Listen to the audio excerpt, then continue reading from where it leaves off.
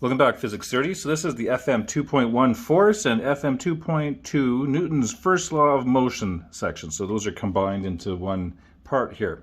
So here we'll look at what is meant by a force, explain what is meant by the term net force, and state Newton's first law of motion and give an example that illustrates this law. So force very simply can be defined as a push or a pull on something. So an object at rest needs a force to get it moving. An moving object needs a force to change its velocity, which means it's coming to a rest or speeding up, etc. And the size of the force can be measured using a spring scale. And if an object is at rest, to start it moving requires a force. A force is needed to accelerate an object from zero velocity to some non-zero velocity. Or, of course, a force is required to slow down an object. If an object is already moving, if you want to change its velocity, either direction or in magnitude, a force is required. So the force may not necessarily slow down the speed or speed up the speed of the object. It could also just simply change the direction. So the idea, remember last time with uniform circular motion, an inward acceleration supplied by a force keeps something going around in a circle. So you have to be aware that velocity not only has a size, but it has a direction as well. And we can change either one of those or both.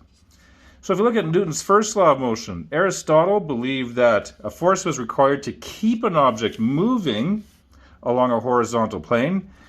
Or Aristotle, the natural state of an object was at rest. Therefore, in order to keep something moving, you need to have a force to keep it in motion.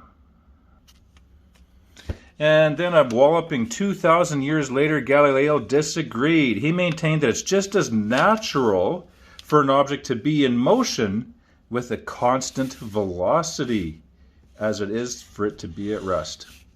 Which seems contradictory, doesn't it? Because we know that if we push something, it comes to a rest eventually, right? But to push an object with a rough surface along a tabletop, such as this, at a constant speed requires a certain amount of force. Okay. To push an equally heavy object on a smoother surface at the same speed would require less force. And if I had a layer of oil or some sort of lubricant on there, then almost no force would be required to keep it moving. So think of an air hockey table. If you flick the puck will just keep going, and it comes to rest eventually, but it requires very little force. And if there is no friction at all, even on an air hockey table, there's a little bit of friction because of the air. But if you had no friction, once started, an object would keep going at constant speed with no force applied. So if you imagine out in space, if you threw a baseball, it would keep going forever because there is no friction. So it's natural for an object to stay at rest, or it's natural for it to keep moving with constant velocity forever. So an object would also move with constant speed if the net force was zero.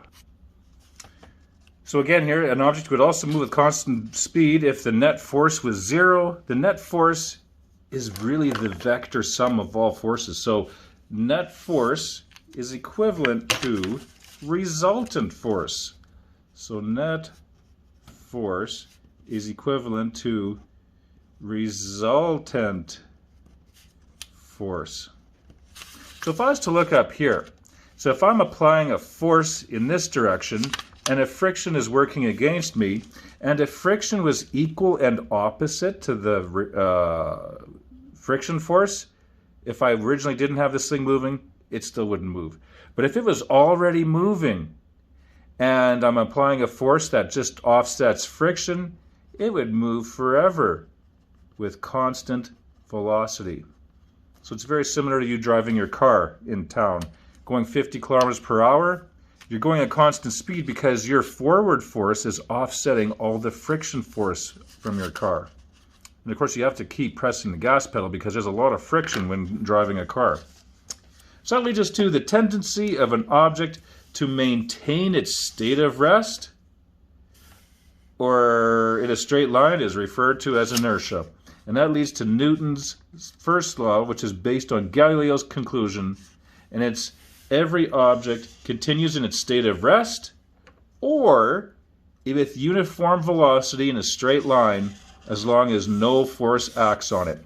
So if you were out in space and threw a ball, it would go on forever at uniform velocity or constant velocity. Or if the ball is just sitting on a table, it'll stay there forever until a force acts on it. So sometimes this first law is called law of inertia, because inertia is an object's tendency to stay at rest or to keep moving in a straight line with constant velocity.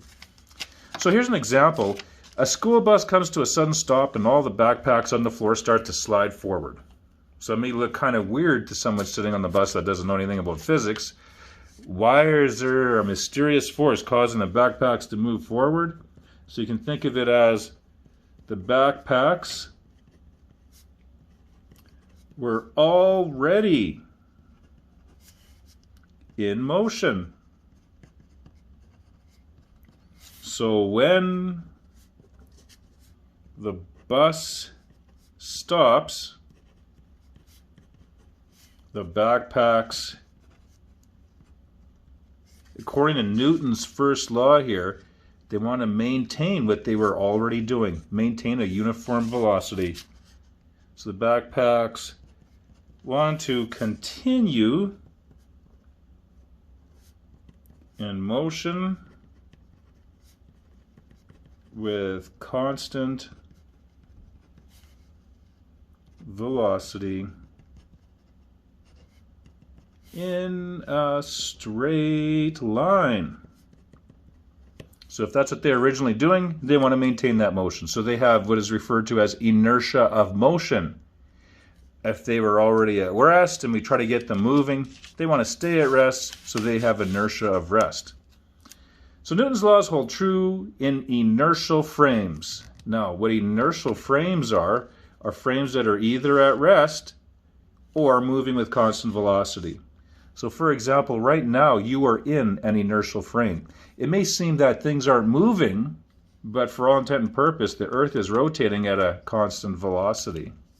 Okay, so, and we can't distinguish between the two, as we'll see later on. We can't tell the difference if a frame is at rest or if it's moving at constant velocity. So of course that excludes rotating and accelerating frames. Like I know even though the Earth rotates, for our intent and purpose, we can think of it as just simply moving at constant velocity. All right, so that's it for the first part. You should be able to do the assignment, and we'll see you again.